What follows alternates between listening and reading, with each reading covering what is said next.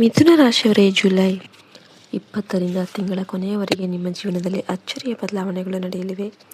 ಬಹಳ ದಿನಗಳಿಂದ ನಿಂತಿದ್ದ ಕೆಲಸಗಳು ಚಲನೆ ಪಡೆಯುತ್ತೆ. ಒಂದು ಫೋನ್ ಕಾಲ್, ಒಂದು ಸಂದೇಶ, ಒಬ್ಬ ವ್ಯಕ್ತಿಯ ಭೇಟಿ ನಿಮ್ಮ ಜೀವನದ ದಿಕ್ಕನ್ನೇ ಬದಲಾಯಿಸುವ ಸಾಧ್ಯತೆ ಇದೆ. ಉದ್ಯೋಗ, ಹಣ, ಕುಟುಂಬ ಮತ್ತು ವಿದೇಶಿ ಅವಕಾಶಗಳ ವಿಷಯದಲ್ಲಿ ಗ್ರಹಗಳು ನಿಮಗೆ ವಿಶೇಷ ಅನುಗ್ರಹ ನೀಡ್ತಾ ಇವೆ. ಆದರೆ ಈ ಸಮಯದಲ್ಲಿ ಆತುರದ ನಿರ್ಧಾರಗಳನ್ನು ತಪ್ಪಿಸಿದರೆ ದೊಡ್ಡ ಯಶಸ್ಸು ನಿಮ್ಮದಾಗಬಹುದು. ಆದ್ದರಿಂದ ಈ ಮಾಹಿತಿಯನ್ನು ಕೊನೆಯವರೆಗೂ ಕೂಡ ಗಮನದಿಂದ ಕೇಳಿ.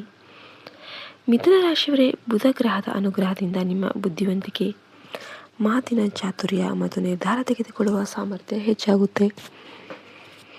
ಇದುವರೆಗೆ ನಿಮ್ಮನ್ನು ಕಾಡುತ್ತಿದ್ದ ಗೊಂದಲಗಳು ನಿಧಾನವಾಗಿ ದೂರವಾಗುತ್ತೆ. ಗುರುಗ್ರಹದ ಕೃಪೆಯಿಂದ ಹೊಸ ಅವಕಾಶಗಳು ನಿಮ್ಮ ಮುಂದೆ ತೆರೆದುಕೊಳ್ಳುತ್ತೆ. ಶನಿಯ ಪ್ರಭಾವದಿಂದ ತಾಳ್ಮೆಯಿಂದ ಮಾಡಿದ ಕೆಲಸಗಳು ದೀರ್ಘಕಾಲದ ಯಶಸ್ಸನ್ನು ತರುತ್ತೆ. ಉದ್ಯೋಗದಲ್ಲಿರುವವರಿಗೆ ಹೊಸ ಜವಾಬ್ದಾರಿಗಳು ಬರಬಹುದು. ನಿಮ್ಮ ಕೆಲಸವನ್ನು ಹಿರಿಯ ಅಧಿಕಾರಿಗಳು ಮೆಚ್ಚುವ ಸಾಧ್ಯತೆ ಇದೆ. ಪದೋನ್ನತಿ, ಸಂಬಳ ಹೆಚ್ಚಳ ಅಥವಾ ಉತ್ತಮ ಹುದ್ದೆಯ ಅವಕಾಶವನ್ನು ಕಾಣಿಸಿಕೊಳ್ಬಹುದು. ಉದ್ಯೋಗ ಅವಕಾಶಗಳು ನಿಮಗೆ ದೊರೆಯಬಹುದು. ಉದ್ಯೋಗ ಬದಲಾಯಿಸೋದಕ್ಕೆ ಯೋಚನೆ ಮಾಡ್ತಿರೋರಿಗೆ ಉತ್ತಮ ಕಂಪನಿಗಳಿಂದ ಫೋನ್ ಕಾಲ್ ಬರ್ಬೋದು. ಸರ್ಕಾರಿ ಉದ್ಯೋಗದ ಪ್ರಯತ್ನದಲ್ಲಿರೋರಿಗೆ ಸಹ ಶುಭ ಸುದ್ದಿ ದೊರೆಯಬಹುದು. ವ್ಯಾಪಾರಿಗಳಿಗೆ ಈ ಸಮಯ ಲಾಭದಾಯಕವಾಗಿರುತ್ತೆ.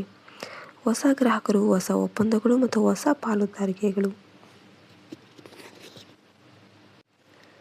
ನಿಮ್ಮ ವ್ಯವಹಾರವನ್ನು ಬೆಳವಣಿಗೆಯತ್ತ ಕೊಂಡೊಯ್ಯಬಹುದು. IT, ಶಿಕ್ಷಣ, ಮಾರ್ಕೆಟಿಂಗ್, ಮಾಧ್ಯಮ, ಟ್ರಾವೆಲ್, ಆನ್ಲೈನ್ ವ್ಯವಹಾರ, ಕನ್ಸಲ್ಟೆನ್ಸಿ ಮತ್ತು ಸೇವಾ ಕ್ಷೇತ್ರದಲ್ಲಿ ಇರೋರಿಗೆ ಉತ್ತಮ ಆದಾಯ ದೊರೆಯುವ ಸಾಧ್ಯತೆ ಇದೆ.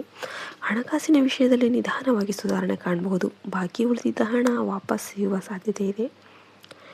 ಅನಗತ್ಯ ಖರ್ಚುಗಳನ್ನು ಕಡಿಮೆ ಮಾಡಿದರೆ ಉಳಿತಾಯ ಹೆಚ್ಚಾಗುತ್ತೆ. ಹೊಸ ಹೂಡಿಕೆ ಮಾಡುವ ಮುನ್ನ ಸಂಪೂರ್ಣ ಮಾಹಿತಿಯನ್ನು ಪರಿಶೀಲನೆ ಮಾಡಿ ನಿರ್ಧಾರ ತೆಗೆದುಕೊಳ್ಳುವ ಟೈಮ್ ಅನ್ನೋದು ತುಂಬ ಉತ್ತಮವಾಗಿರುತ್ತೆ. ಕುಟುಂಬದಲ್ಲಿ ಸಂತೋಷದ ವಾತಾವರಣ ನಿರ್ಮಾಣವಾಗುತ್ತೆ. ದೂರವಾಗಿದ್ದ ಸಂಬಂಧಿಕರೊಂದಿಗೆ ಮತ್ತೆ ಉತ್ತಮ ಸಂಬಂಧ ಬೆಳೆಯಬಹುದು. ಜೀವನ ಸಂಗಾತಿಯ ಬೆಂಬಲದಿಂದ ಒಂದು ಪ್ರಮುಖ ನಿರ್ಧಾರ ಕೈಗೊಳ್ಳುವ ಸಾಧ್ಯತೆ ಇದೆ. ಮದುವೆ ಯತ್ನದಲ್ಲಿರುವವರಿಗೆ ಶುಭ ಸುದ್ದಿ ಬರಬಹುದು. ಮಕ್ಕಳ ಸಾಧನೆಯಿಂದ ಕುಟುಂಬದಲ್ಲಿ ಸಂತೋಷ ಹೆಚ್ಚಾಗುತ್ತೆ. ವಿದೇಶದಲ್ಲಿ ಉದ್ಯೋಗ, ಶಿಕ್ಷಣ ಅಥವಾ ವ್ಯಾಪಾರದ ಕನಸು ಕಾಣ್ತಾ ಇರೋರಿಗೆ ಈ ಸಮಯ ಅನುಕೂಲಕರವಾಗಿರಬಹುದು. ವೀಸಾ, ದಾಖಲೆಗಳು ಅಥವಾ ಸಂದರ್ಶನಗಳಲ್ಲಿ ಯಶಸ್ಸು ಸಿಗುವ ಸಾಧ್ಯತೆ ಇದೆ. ಈಗಾಗಲೇ ವಿದೇಶದಲ್ಲಿರೋರಿಗೆ ಹೊಸ ಅವಕಾಶಗಳು ದೊರೆಯಬಹುದು.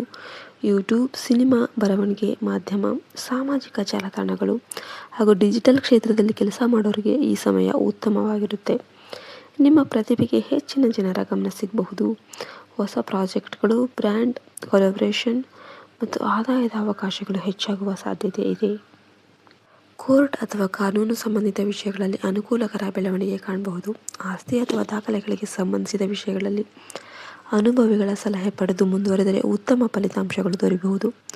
ಆರೋಗ್ಯದ ವಿಷಯದಲ್ಲಿ ಸ್ವಲ್ಪ ಎಚ್ಚರಿಕೆ ಅಗತ್ಯ. ಗಂಟಲು, ಉಸಿರಾಟ, ನರಗಳ ಆಯಾಸ ಅಥವಾ ನಿದ್ದೆಯ ಕೊರತೆಯಂತಹ ಸಣ್ಣ ಸಮಸ್ಯೆಗಳು ಕಾಣಿಸಬಹುದು. ಸಮಯಕ್ಕೆ ಸರಿಯಾಗಿ ಆಹಾರ ಸೇವಿಸಿ, ಸಾಕಷ್ಟು ನೀರು ಕುಡಿಯಿರಿ ಮತ್ತು ವಿಶ್ರಾಂತಿ ಪಡೆಯಿರಿ.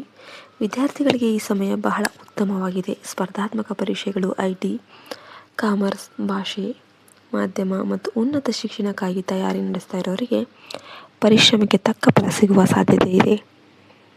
ರೈತರಿಗೆ ಕೃಷಿ, ತೋಟಗಾರಿಕೆ, ಹೂ ಬೆಳೆ ಮತ್ತು ತರಕಾರಿ ಬೆಳೆಗಳಲ್ಲಿ ಉತ್ತಮ ಆದಾಯ ಕಾಣಬಹುದು. ಸರ್ಕಾರದ ಯೋಜನೆಗಳು ಮತ್ತು ಸಬ್ಸಿಡಿಗಳ ಲಾಭ ಕೂಡ ದೊರೆಯುವ ಸಾಧ್ಯತೆ ಇದೆ.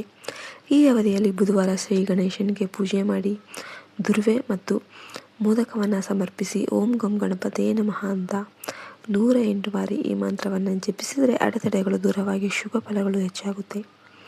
ಒಟ್ಟಾರೆಯಾಗಿ ಮಿಥುನ ರಾಶಿಯವರಿಗೆ ಈ ಅವಧಿ ಹೊಸ ಅವಕಾಶಗಳು, ಆರ್ಥಿಕ ಬೆಳವಣಿಗೆ, ಉದ್ಯೋಗದಲ್ಲಿ ಯಶಸ್ಸು, ಕುಟುಂಬದ ಸಂತೋಷ ಮತ್ತು ಗೌರವವನ್ನು ತರುವ ಸಮಯ ಇದಾಗಿರಬಹುದು. ತಾಳ್ಮೆ, ವಿವೇಕ ಮತ್ತು ಸರಿಯಾದ ಯೋಜನೆಗಳೊಂದಿಗೆ ಮುಂದುವರೆದರೆ ಉತ್ತಮ ಫಲಿತಾಂಶಗಳನ್ನು ಪಡೆಯುವ ಸಾಧ್ಯತೆ ಇದೆ. ರೈತರಿಗೆ ಕೃಷಿ, ತೋಟಗಾರಿಕೆ, ಹೂ ಬೆಳೆ ಮತ್ತು ತರಕಾರಿ ಬೆಳೆಗಳಲ್ಲಿ ಉತ್ತಮ ಆದಾಯ ಕಾಣಬಹುದು. ಸರ್ಕಾರದ ಯೋಜನೆಗಳು ಮತ್ತು ಸಬ್ಸಿಡಿಗಳ ಲಾಭ ಕೂಡ ದೊರೆಯುವ ಸಾಧ್ಯತೆ ಇದೆ. ಈ ಅವಧಿಯಲ್ಲಿ ಬುಧವಾರ ಶ್ರೀ ಗಣೇಶನಿಗೆ ಪೂಜೆ ಮಾಡಿ, ದುರ್ವೆ ಮತ್ತು ಮೋದಕವನ್ನು ಸಮರ್ಪಿಸಿ ಓಂ ಗಂ ಗಣಪತೇ ನಮಃ ಅಂತ 108 ಬಾರಿ ಈ ಮಂತ್ರವನ್ನು ಜಪಿಸಿದರೆ ಅಡೆತಡೆಗಳು ದೂರವಾಗಿ ಶುಭ ಫಲಗಳು ಹೆಚ್ಚಾಗುತ್ತೆ. ಒಟ್ಟಾರೆಯಾಗಿ ಮಿಥುನ ರಾಶಿಯವರಿಗೆ ಈ ಅವಧಿ ಹೊಸ ಅವಕಾಶಗಳು, ಆರ್ಥಿಕ ಬೆಳವಣಿಗೆ, ಉದ್ಯೋಗದಲ್ಲಿ ಯಶಸ್ಸು, ಕುಟುಂಬದ ಸಂತೋಷ ಮತ್ತು ಗೌರವವನ್ನು ತರುವ ಸಮಯ ಇದಾಗಿರಬಹುದು. ತಾಳ್ಮೆ, ವಿವೇಕ ಮತ್ತು ಸರಿಯಾದ ಯೋಜನೆಗಳೊಂದಿಗೆ ಮುಂದುವರೆದರೆ ಉತ್ತಮ ಫಲಿತಾಂಶಗಳನ್ನು ಪಡೆಯುವ ಸಾಧ್ಯತೆ ಇದೆ. ರೈತರಿಗೆ ಕೃಷಿ, ತೋಟಗಾರಿಕೆ, ಹೂ ಬೆಳೆ ಮತ್ತು ತರಕಾರಿ ಬೆಳೆಗಳಲ್ಲಿ ಉತ್ತಮ ಆದಾಯ ಕಾಣಬಹುದು. ಸರ್ಕಾರದ ಯೋಜನೆಗಳು ಮತ್ತು ಸಬ್ಸಿಡಿಗಳ ಲಾಭ ಕೂಡ ದೊರೆಯುವ ಸಾಧ್ಯತೆ ಇದೆ. ಈ ಅವಧಿಯಲ್ಲಿ ಬುಧವಾರ ಶ್ರೀ ಗಣೇಶನಿಗೆ ಪೂಜೆ ಮಾಡಿ ದುರ್ವೆ ಮತ್ತು ಮೋದಕವನ್ನು ಸಮರ್ಪಿಸಿ ಓಂ ಗಂ ಗಣಪತಿಯೇ ನಮಃ ಅಂತ 108 ಬಾರಿ ಈ ಮಂತ್ರವನ್ನು ಜಪಿಸಿದರೆ ಅಡೆತಡೆಗಳು ದೂರವಾಗಿ ಶುಭ ಫಲಗಳು ಹೆಚ್ಚಾಗುತ್ತೆ. ಒಟ್ಟಾರೆಯಾಗಿ ಮಿಥುನ ರಾಶಿಯವರಿಗೆ ಈ ಅವಧಿ ಹೊಸ ಅವಕಾಶಗಳು, ಆರ್ಥಿಕ ಬೆಳವಣಿಗೆ, ಉದ್ಯೋಗದಲ್ಲಿ ಯಶಸ್ಸು, ಕುಟುಂಬದ ಸಂತೋಷ ಮತ್ತು ಗೌರವವನ್ನು ತರುವ ಸಮಯ ಇದಾಗಿರಬಹುದು. ತಾಳ್ಮೆ, ವಿವೇಕ ಮತ್ತು ಸರಿಯಾದ ಯೋಜನೆಗಳೊಂದಿಗೆ ಮುಂದುವರೆದರೆ ಉತ್ತಮ ಫಲಿತಾಂಶಗಳನ್ನು ಪಡೆಯುವ ಸಾಧ್ಯತೆ ಇದೆ.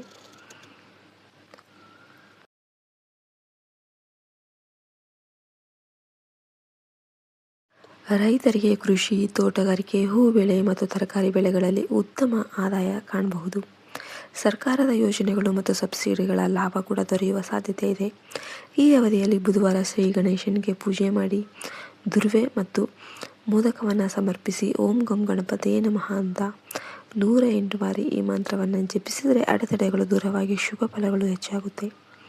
ಒಟ್ಟಾರೆಯಾಗಿ ಮಿಥುನ ರಾಶಿಯವರಿಗೆ ಈ ಅವಧಿ ಹೊಸ ಅವಕಾಶಗಳು, ಆರ್ಥಿಕ ಬೆಳವಣಿಗೆ, ಉದ್ಯೋಗದಲ್ಲಿ ಯಶಸ್ಸು, ಕುಟುಂಬದ ಸಂತೋಷ ಮತ್ತು ಗೌರವವನ್ನು ತರುವ ಸಮಯ ಇದಾಗಿರಬಹುದು. ತಾಳ್ಮೆ, ವಿವೇಕ ಮತ್ತು ಸರಿಯಾದ ಯೋಜನೆಗಳೊಂದಿಗೆ ಮುಂದುವರೆದರೆ ಉತ್ತಮ ಫಲಿತಾಂಶ. ರೈತರಿಗೆ ಕೃಷಿ, ತೋಟಗಾರಿಕೆ, ಹೂ ಬೆಳೆ ಮತ್ತು ತರಕಾರಿ ಬೆಳೆಗಳಲ್ಲಿ ಉತ್ತಮ ಆದಾಯ ಕಾಣಬಹುದು. ಸರ್ಕಾರದ ಯೋಜನೆಗಳು ಮತ್ತು ಸಬ್ಸಿಡಿಗಳ ಲಾಭ ಕೂಡ ದೊರೆಯುವ ಸಾಧ್ಯತೆ ಇದೆ. ಈ ಅವಧಿಯಲ್ಲಿ ಬುಧವಾರ ಶ್ರೀ ಗಣೇಶನಿಗೆ ಪೂಜೆ ಮಾಡಿ ದುರ್ವೆ ಮತ್ತು ಮೋದಕವನ್ನು ಸಮರ್ಪಿಸಿ ಓಂ ಗಂ ಗಣಪತಿಯೇ ನಮಃ ಅಂತ 108 ಬಾರಿ ಈ ಮಂತ್ರವನ್ನು ಜಪಿಸಿದರೆ ಅಡೆತಡೆಗಳು ದೂರವಾಗಿ ಶುಭ ಫಲಗಳು ಹೆಚ್ಚಾಗುತ್ತೆ.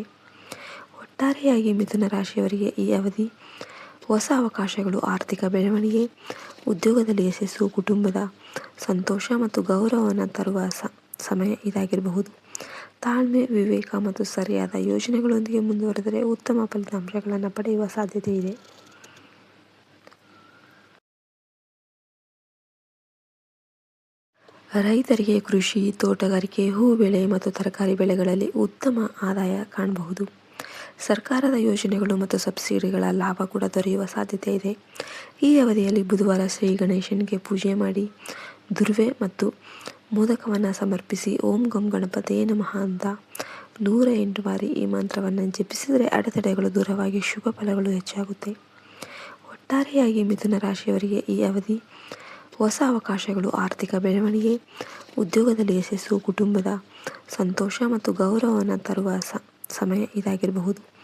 ತಾಳ್ಮೆ, ವಿವೇಕ ಮತ್ತು ಸರಿಯಾದ ಯೋಜನೆಗಳೊಂದಿಗೆ ಮುಂದುವರೆದರೆ ಉತ್ತಮ ಫಲಿತಾಂಶಗಳನ್ನು ಪಡೆಯುವ ಸಾಧ್ಯತೆ ಇದೆ.